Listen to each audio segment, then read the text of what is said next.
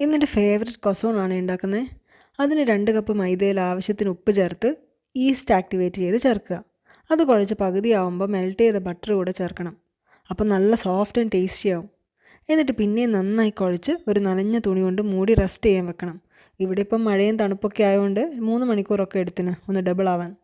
എന്നിട്ട് ഒന്നുകൂടെ നന്നായി കുഴച്ച് 2 ഈക്വൽ പാർട്സ് ആക്കി വെച്ച് അതിൽ നിന്നൊന്നെടുത്ത് നന്നായി വട്ടത്തിൽ പരത്തി തലങ്ങും വിലങ്ങും അങ്ങ് വെട്ടുക. എങ്ങനെ വെട്ടിയാലും ട്രയാങ്കിൾ ഷേപ്പ് വേണം. എന്നിട്ട് ഇതുപോലെ കട്ട് ചെയ്ത ചോക്ലേറ്റ് ഉള്ളിൽ വെച്ച് ഇങ്ങനെ റോൾ ചെയ്യണം. എന്നിട്ട് പ്രീഹീറ്റ് ചെയ്ത അവനിൽ ബേക്ക് ചെയ്യുക. മൊത്തത്തിലൊരു 20-25 മിനിറ്റ് എടുത്തു ഇതൊന്ന് ബേക്കാവാൻ. എന്നിട്ട് പുറത്ത് ബട്ടർ കൂടെ ബ്രഷ് ചെയ്താൽ അടിപൊളി ചോക്ലേറ്റ് കൊസോൺ റെഡി. ഞാനുണ്ടാക്കിയതിൻ്റെ ഷേപ്പ് ശരിയില്ല എന്നും പറഞ്ഞ് സനുവേട്ടൻ ലാസ്റ്റ് രംഗത്തിറങ്ങി. പുള്ളി വേറെ ടൈപ്പിൽ കട്ട് ചെയ്ത് വലിച്ച് നീട്ടി ചോക്ലേറ്റ് ഒന്നും വേണ്ടാന്നും പറഞ്ഞ് നല്ല ഗുണ്ടുമണി കൊസോൺ ഉണ്ടാക്കി. ബേക്ക് ചെയ്യുന്നതിന് മുന്നേ പാൽ കൊണ്ടൊന്ന് ബ്രഷ് ചെയ്താൽ നല്ല ബ്രൗൺ കളർ കിട്ടും. സോ അതും ചെയ്തേ. ലാസ്റ്റ് ബേക്കായി വന്നപ്പോൾ ഷേപ്പ് എനിക്കും ഇഷ്ടപ്പെട്ടത് സനുവേട്ടൻ്റെയാണ്. ബട്ട് ടേസ്റ്റ് എന്തൊക്കെ പറഞ്ഞാലും ചോക്ലേറ്റ് തന്നെയാണ്. സനുവേട്ടൻ സമ്മതിച്ചില്ലേലും. അപ്പോൾ ഇത്രയേ ഉള്ളൂ. ടാറ്റാ.